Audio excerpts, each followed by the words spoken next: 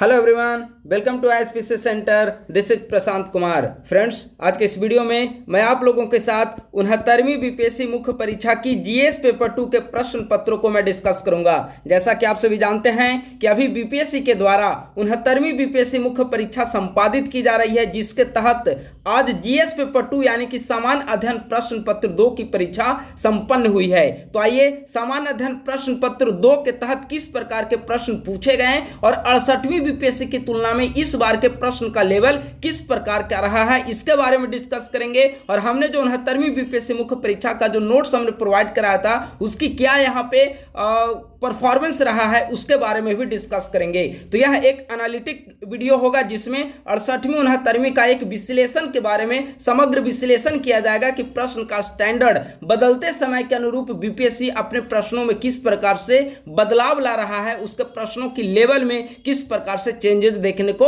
मिल रही है। तो आइए बिना देर किए हम लोग प्रश्नों का डिस्कशन प्रारंभ करते हैं। देखिए, आप सभी जानते हैं कि जीएस पेपर 2 के अंतर्गत 3 सेक्शन आते हैं। 3 सेक्शन में पहला जो सेक्शन होता है वह इंडियन पॉलिटी का सेक्शन होता है, दूसरा सेक्शन होता है वह ज्योग्राफी एंड इकोनॉमी का सेक्शन होता है, और तीसरा सेक्शन साइंस एंड टेक्नोलॉजी का सेक्शन होता है। ठीक है, इसमें अगर इंडियन पॉलिटी का सेक्शन 69वीं बीपीएससी मुख्य परीक्षा का प्रश्न पत्र देखा जाए तो पॉलिटी का जो सेक्शन का प्रश्न है वह तुलनात्मक रूप में आसान प्रश्न पूछे गए हैं। आइए सबसे पहले हम लोग प्रश्नों को देखते हैं। प्रश्न यहां पर 5 शॉर्ट नोट्स पूछे गए हैं। 5 शॉर्ट नोट्स में पहला प्रश्न है, पहला शॉर्ट नोट्स है, भारतीय संविधान से संबंधित मूल ढांचे के सिद्धांत का आलोचनात्मक मूल्यांकन करें। ठीक है, यहां पर पूछा गया है कि आखिर केशवानंद भारती मामले के तहत जिस मूलभूत ढांचे की अवधारणा सुप्रीम कोर्ट ने रखी, उस मूलभूत ढांचे की सिद्धांत का आलोचनात्मक मूल्यांकन करना है। ठीक है, यानी कि क्या मूलभूत ढांचा प्रासंगिक है, पक्ष और विपक्ष में दोनों तरफ को आपको स्पष्ट करना है। तो बहुत बेहतरीन प्रश्न है और शॉर्ट नोट्स के रूप में बहुत अच्छे तरीके से इसे लिखा जा सकता था। अगला प्रश्न है, क्या आर्थिक रूप से पिछड़े वर्ग यानी कि ईडब्ल्यूएस हेतु आरक्षण तर्क संगत है? टिप्पणी करें। आप सभी जानते हैं कि जब से आर्थिक आधार पर आरक्षण दिया गया है भारत सरकार के द्वारा, तभी से यह टॉपिक महत्वपूर्ण बना हुआ है। ठीक है, और इंडियन पॉलिटी के अंतर्गत आरक्षण तो एक महत्वपूर्ण टॉपिक होता ही है। तो क्या आर्थिक आधार पर जो आरक्षण दिया गया वह वास्तव में तर्क संगत है? इस पर टिप्पणी करना है। अगर आपको लगता है कि तर्क संगत है तो उसके फेवर में पॉइंट बताइए। अगर आपको लगता है कि नहीं, आर्थिक आधार पर आरक्षण नहीं दिया जाना चाहिए, तो उसके फेवर में आपको पॉइंट देना होगा। ठीक है, तो इस प्रकार से इस पर टिप्पणी करना था। यह भी तुलनात्मक रूप में आसान प्रश्न है, वहां पर सोचकर आप अच्छे तरीके से इसका आंसर लिख सकते हैं।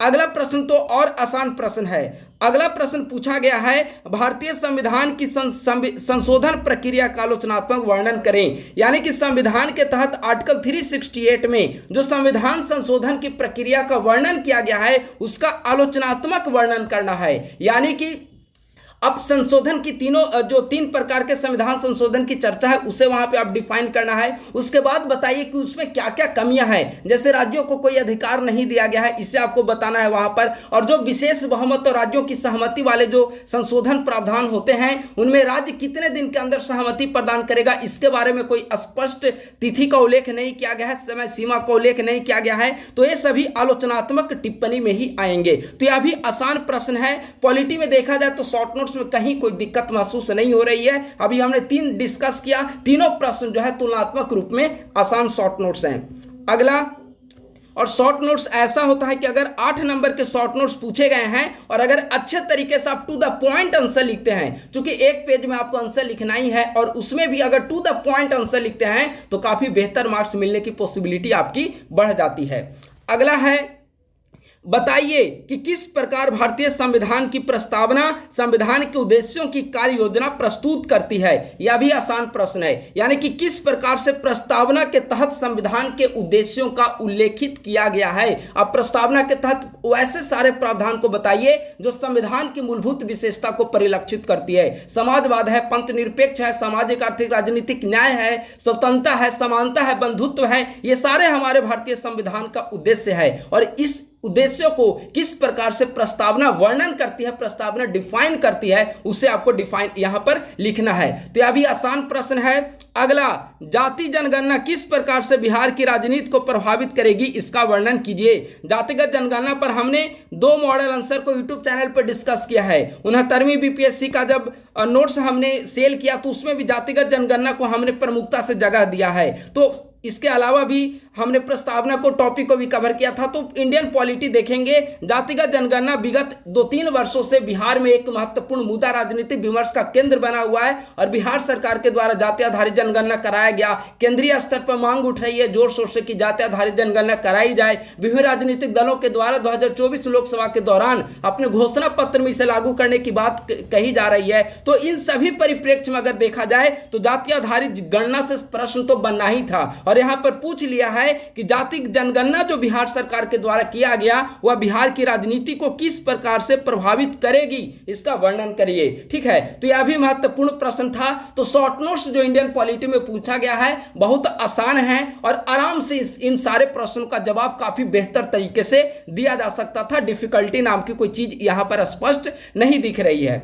अगला आइए इसका लॉन्ग देखते हैं। इंडियन पॉलिटी के तहत इंडियन पॉलिटी का अगर लॉन्ग देखा जाए, हालांकि आप 68वीं बीपीएससी मुख्य परीक्षा का प्रश्न पत्र आप देखेंगे तो तुलनात्मक रूप में 69वीं की तुलना में 68वीं का जो प्रश्न पत्र है मेंस का वह डिफिकल्ट प्रतीत होता है, लेकिन 69वीं का जो प्रश्न है वह अच्छे प्रश्न पूछे जा रहे हैं। एवरेज लेवल के प्रश्न यहां पर पूछे जा रहे हैं। लॉन्ग प्रश्न में पहला प्रश्न है, देखिए या करके पूछा गया है। पहला प्रश्न है, भारतीय संवैधानिक पाठ के अनुसार राष्ट्रपति और प्रधानमंत्री के बीच संस्थागत संबंध पर चर्चा करिए। वर्तमान संदर्भ में उनकी बदलती भूमिका पर चर्चा करिए। यानी कि राष्ट्रपति और प्रधानमंत्री के बीच किस प्रकार के संस्थागत संबंध हैं, इस पर चर्चा करनी है और उनकी बदलती हुई भूमिका पर चर्चा करना है। किस प्रकार से अगर गठबंधन की राजनीति होती है, गठबंधन की सरकार बनती है तो राष्ट्रपति की भूमिका में किस प्रकार से बदलाव देखने को मिलता है, और अगर बहुमत दल की सरकार कहीं पर हो, भारत में विद्यमान हो, तो वहां पर राष्ट्रपति की भूमिका किस प्रकार से देखने को मिलती है, इस पर आपको चर्चा करनी है। यानी कि बदलती वर्तमान संदर्भ में राष्ट्रपति और प्रधानमंत्री के बीच किस प्रकार से भूमिका में बदलाव दिख रहा है। इसके अलावा राष्ट्रपति की पर्सनालिटी पर भी डिपेंड करती है कि प्रधानमंत्री के साथ उसके संबंध किस प्रकार से हैं। आप प्रणब मुखर्जी का उदाहरण यहां पर दर्शा सकते थे और इसके बाद फिर रामनाथ कोविंद और वर्तमान समय में द्रौपदी मुर्मू का जो संबंध भारतीय प्रधानमंत्री नरेंद्र मोदी के साथ है, तो इसे भी आप दर्शा सकते थे। ठीक है, सिर्फ राजनीतिक परिस्थिति प्रधानमंत्री के साथ संबंध को डिसाइड नहीं करती है, बल्कि राष्ट्रपति की पर्सनालिटी किस प्रकार की है यह भी डिपेंड करता है कि प्रधानमंत्री के साथ उसके किस प्रकार के संबंध है और किस प्रकार से संबंधों में बदलाव देखने को मिल रहा है। इसके अलावा राष्ट्रपति और प्रधानमंत्री के बीच जो भी संस्थागत संबंध है उस पर भी चर्चा करना था।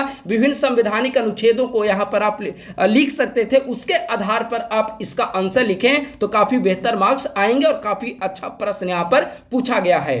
अगला प्रश्न इसी के साथ या में पूछा गया है, यह संघवाद से संबंधित प्रश्न है कि भारतीय संघवाद मूल रूप से राष्ट्रीयता के 2 एक साथ प्रयासों में निहित है। राज्य आधारित सांस्कृतिक विविधताओं को अपनाना और बड़े भारतीय राजनीतिक समुदाय के प्रति प्रतिबद्धता।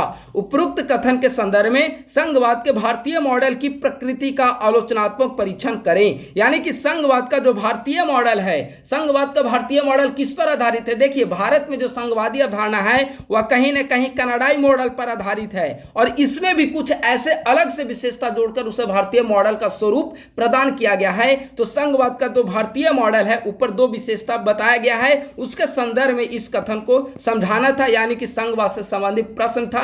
यह भी एक मॉडरेट लेवल का प्रश्न है और अच्छे तरीके से आंसर लिखा जा सकता था। ठीक है, तो यहां पर हमने 2 शॉर्ट नोट्स को डिस्कस किया, इन 2 में से किसी एक का जवाब वहां पर लिखना था और प्रश्न अच्छे पूछे गए हैं।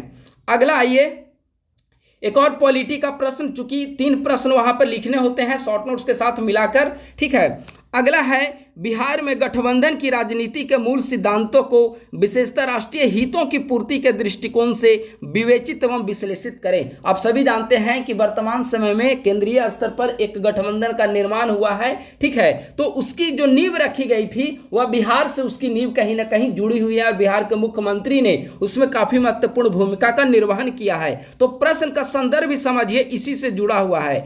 बिहार में गठबंधन की राजनीति के मूल सिद्धांतों को, चूंकि बिहार में गठबंधन की राजनीति में बदलाव देखने को मिला है, प्रकृति में गठबंधन की राजनीति की प्रकृति में बदलाव देखने को मिला है, तो विशेषतः राष्ट्रीय हितों की पूर्ति के दृष्टिकोण से इसको विश्लेषण करना है, ठीक है। तो यह भी काफी आसान प्रश्न और एक वर्तमान संदर्भ से जुड़ा हुआ है और बेहतर आंसर इसमें लिखा जा सकता था। इसका या करके पूछा गया है प्रश्न, वह पंचायती राज और शहरी निकाय से संबंधित प्रश्न पूछे गए हैं। यह भी अच्छा प्रश्न है। जिन्होंने पब्लिक एडमिनिस्ट्रेशन पूर्व में पढ़ा होगा वे काफी अच्छे तरीके से इसका जवाब लिख सकेंगे।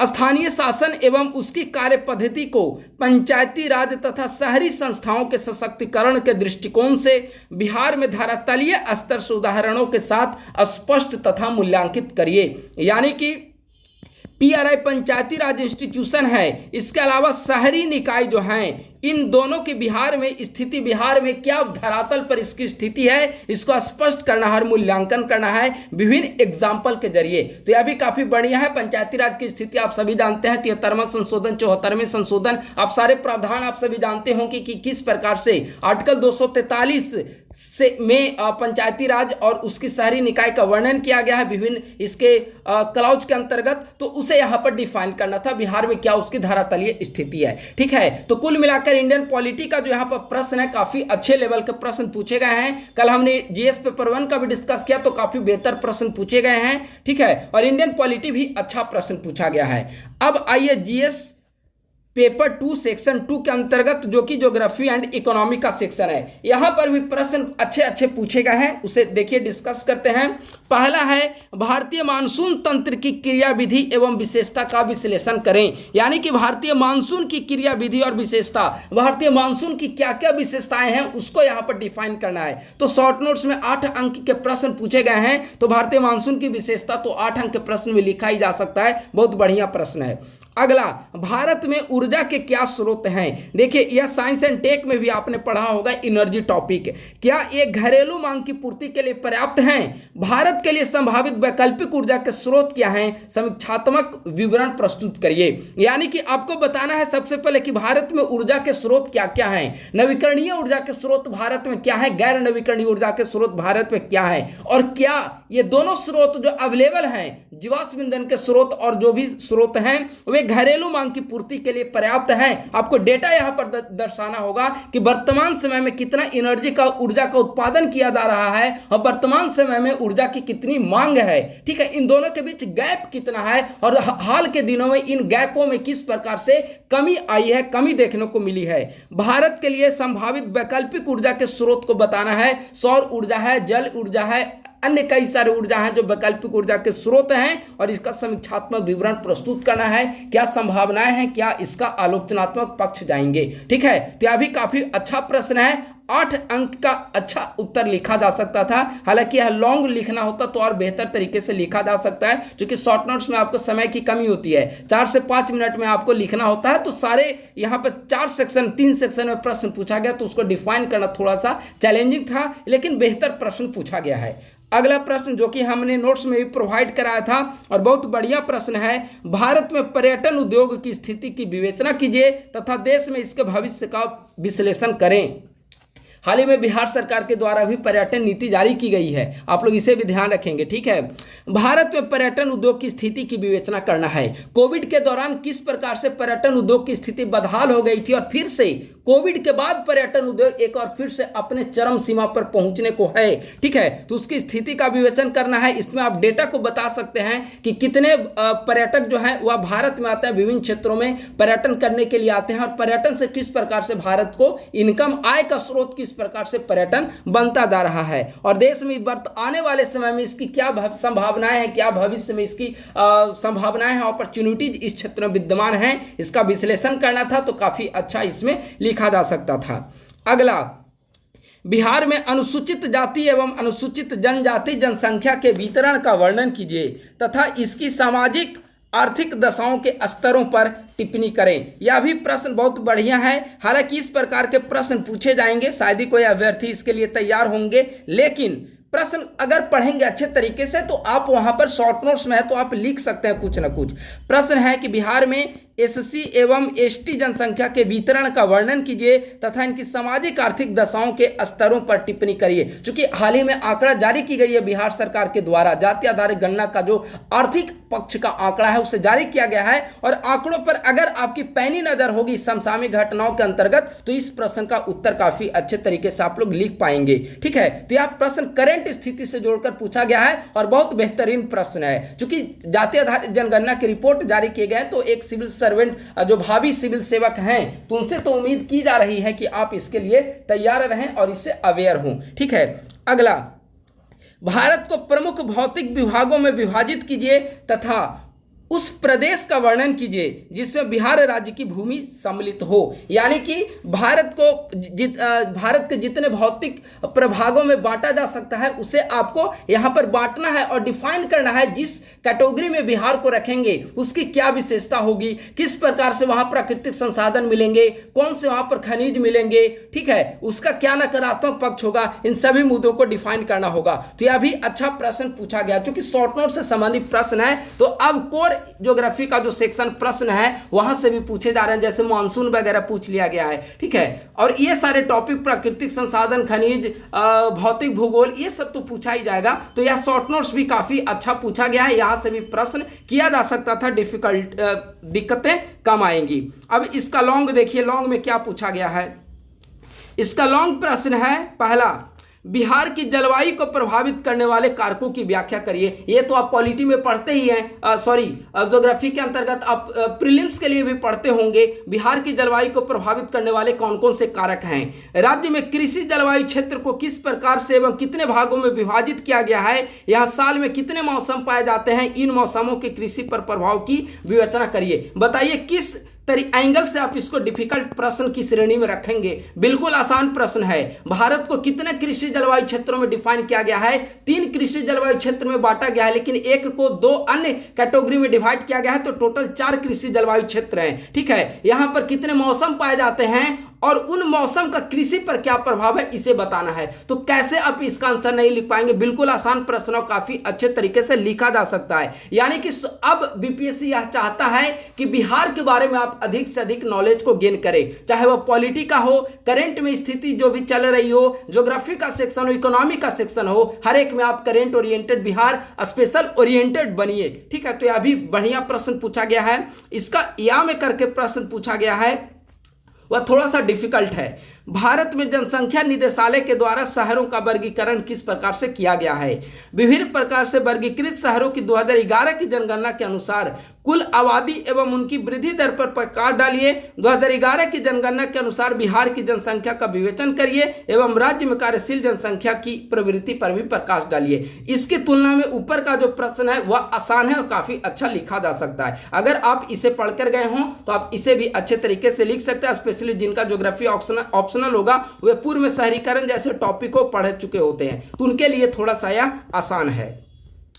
अगला प्रश्न है, भारतीय नियोजन के संदर्भ में अर्थशास्त्र के ट्रिकल डाउन सिद्धांत, इसके प्रमुख तत्व, लाभ, सीमाओं और आलोचनाओं को स्पष्ट करिए। या भारत की मानसून प्रणाली, इसके प्रभाव, प्रकार, जलवायु परिवर्तन, वितरण, समानार्थी शब्द, पूर्वी एवं पश्चिमी जेट स्ट्रीम तथा व्यवहार्यता का वर्णन करिए। देखिए यह प्रश्न जो है, यह प्रश्न कोर ज्योग्राफी का है और यह प्रश्न कोर इकोनॉमिक्स का है। ठीक है, अर्थशास्त्र का ट्रिकल डाउन सिद्धांत या इकोनॉमी का सेक्शन है, लेकिन यह ज्योग्राफी का भारतीय मानसून, पूर्वी जेट स्ट्रीम, पश्चिमी जेट स्ट्रीम, ठीक है, जलवायु परिवर्तन, उसके स्वभाव, प्रकार, इन सभी का वर्णन करना है। तो आप अपनी अकॉर्डिंग अगर आप इससे अवगत होंगे तो आप ये प्रश्न इंडिया प्लानिंग के बारे में इसका आप जवाब लिख पाएंगे। और अगर आप ज्योग्राफी पढ़े हुए होंगे तो भारत की मानसून प्रणाली किस प्रकार से है, मानसून को कौन कौन से कारक प्रभावित करते हैं, पूर्वी जेट स्ट्रीम, पश्चिमी जेट स्ट्रीम क्या है, ठीक है, इन सब के बारे में लिखना था। तो यह भी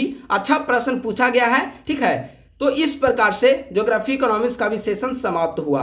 अब आइए साइंस एंड टेक का जो लेवल है वह उसे समझने का प्रयास करिए। चूंकि देखिए सबसे पहले सिलेबस में यह कहा गया है कि दैनिक उपयोग में आने वाले विज्ञान और तकनीकी से संबंधित प्रश्न पूछे जाएंगे, तो उसी संदर्भ में यहाँ पर प्रश्न भी पूछे गए हैं। आप गौर करेंगे प्रश्न को। पहला शॉर्ट नोट्स है, आधुनिक समाज में कंप्यूटर की क्या भूमिका है। बताना है कि कंप्यूटर का की क्या रोल है आधुनिक समाज में। ठीक है, तो आप बताइए कि किस प्रकार से आधुनिक समय में हर एक चीज जो है तकनीक पर निर्भर होता चला जा रहा है, तो कंप्यूटर उनमें एक महत्वपूर्ण पक्ष है, तो इसको यहाँ पर डिफाइन करना था। समुचित उदाहरण के साथ टेक्नोलॉजी एवं सामाजिक विकास में संबंध की विवेचना करिए, यानी कि टेक्नोलॉजी और सामाजिक विकास किस प्रकार से तकनीक के कारण समाज का विकास हो रहा है, इसके बीच संबंध को डिफाइन करना है, लेकिन एग्जाम्पल के साथ। ठीक है, तो यह भी एक अच्छा प्रश्न है और एक एप्लीकेशन बेस्ड यहां पर प्रश्न पूछा जा रहा है।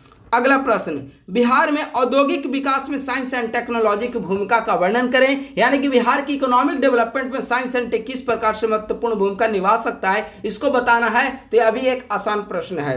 कोरोना महामारी के समय नई तकनीक ने हम लोगों की किस प्रकार से सहायता की है, इसकी विवेचना करिए। किस प्रकार से ऐप का उस समय डेवलप किया गया है, आरोग्य सेतु ऐप। ठीक है, कई सारे थे, जैसे वैक्सीनेशन के दौरान कई सारे ऐप लॉन्च किया गया। विभिन्न राज्यों ने क्वारंटीन लोगों की निगरानी के लिए विभिन्न प्रकार के ऐप को लॉन्च किया है। ठीक है, तो उन सब का क्या महत्वपूर्ण भूमिका रहा है, उन सब ने कोरोना से निपटने में किस प्रकार से भूमिका निभाया, इसे यहाँ पर एग्जाम्पल के साथ आपको बताना था। और कई सारे ऐप पोर्टल है जिसे यहाँ पर दिया जा सकता था। सतत विकास में टेक्नोलॉजी की भूमिका पर एक नोट्स बताइए कि किस प्रकार से सस्टेनेबल डेवलपमेंट में टेक्नोलॉजी एक महत्वपूर्ण भूमिका निर्वाह करता है। यह शॉर्ट नोट्स और ऊपर का जो शॉर्ट नोट्स है कि सामाजिक विकास और टेक्नोलॉजी में भूमिका दोनों लगभग मिलते जुलते हैं। ठीक है, लेकिन वह सोशल डेवलपमेंट है और यह सस्टेनेबल डेवलपमेंट है, दोनों में थोड़ा अंतर है, उसे आपको ध्यान देते हुए लिखना होगा। ठीक है, तो इस प्रकार से साइंस एंड टेक का शॉर्ट नोट्स है। साइंस एंड टेक का भी शॉर्ट नोट देखेंगे तो प्रीवियस ईयर की तुलना में आसान प्रश्न है, ज्यादा डिफिकल्ट और ज्यादा लेंदी नहीं है। अगला देखिए, यहां से फिर से एक बार नैनो टेक्नोलॉजी के बारे में प्रश्न पूछ लिया गया है। यह आसान प्रश्न है। ठीक है, लेकिन दोनों प्रश्न पढ़िए। तकनीक का दुरुपयोग एवं इसका गलत प्रयोग पर्यावरण के प्रदूषण की तरफ ले जाता है, यानी कि तकनीक का दुरुपयोग जो है वह पर्यावरण प्रदूषण को जन्म देता है एवं जलवायु परिवर्तन का कारण बनता है। विभिन्न एग्जाम्पल के जरिए इसको डिफाइन करिए कि किस प्रकार से भारत के पर्यावरण के लिए तकनीक का दुरुपयोग एक अभिशाप बन गया है, या हम लोगों के जीवन में क्रांतिकारी परिवर्तन लाने में नैनो टेक्नोलॉजी के पास असीम संभावनाएं हैं। मानव स्वास्थ्य के संदर्भ में नैनो टेक्नोलॉजी के उभरते प्रयोगों की विवेचना करिए, यानी कि नैनो टेक्नोलॉजी। दोनों प्रश्न यहां पर आसान पूछे गए हैं और थोड़ा सा अगर आप समय देकर इस पर चिंतन करेंगे तो बेहतर आंसर आप लिख सकते थे। नैनो टेक्नोलॉजी से संबंधित प्रश्न प्रीवियस में भी पूछे गए बीपीएससी के द्वारा, ऑडिटर वगैरह का जो मेंस एग्जामिनेशन था उसमें भी पूछा जा चुका है बीपीएससी के द्वारा। ठीक है, तो यह आसान प्रश्न था। यह संभवतः मेरे ख्याल से 67वीं मुख्य परीक्षा में भी पूछा जा चुका है। आप लोग एक बार कंफर्म हो लेंगे। लेकिन नैनो टेक वगैरह जो टॉपिक है काफी महत्वपूर्ण है, हमने इसका वीडियो भी यूट्यूब चैनल पर डिस्कस किया इस प्रश्न का। ठीक है, तो यह दोनों प्रश्न यहाँ पर साइंस एंड टेक का आसान प्रतीत हो रहा है। तो कुल मिलाकर अगर एनालिसिस किया जाए तो प्रीवियस ईयर की तुलना में डिफिकल्ट प्रश्न नहीं माना जा सकता है। अगर आप हमारे मंथली टारगेट को फॉलो करते रहेंगे तो इन सभी प्रश्नों को आसानी से हल कर पाएंगे और 70वीं मुख्य परीक्षा में तो आपको किसी प्रकार की कोई दिक्कत नहीं होने वाली है। हमारी mains answer writing paid batch के बारे में जानकारी अतिशीघ्र आप सभी को प्रोवाइड करा दी जाएगी और 10 जनवरी से हम लोग एक व्यवस्थित रूप से 70वीं बीपीएससी मुख्य परीक्षा के लिए पेड आंसर राइटिंग बैच को प्रारंभ करने वाले हैं और इन सभी प्रश्नों को वहां पर मल्टी डायमेंशन मल्टी पर्सपेक्टिव वे में हम लोग वहां पर हल करने का प्रयास करेंगे, समझने का प्रयास करेंगे। चलिए आज का वीडियो में बस इतना ही। थैंक यू सो मच, बहुत बहुत धन्यवाद।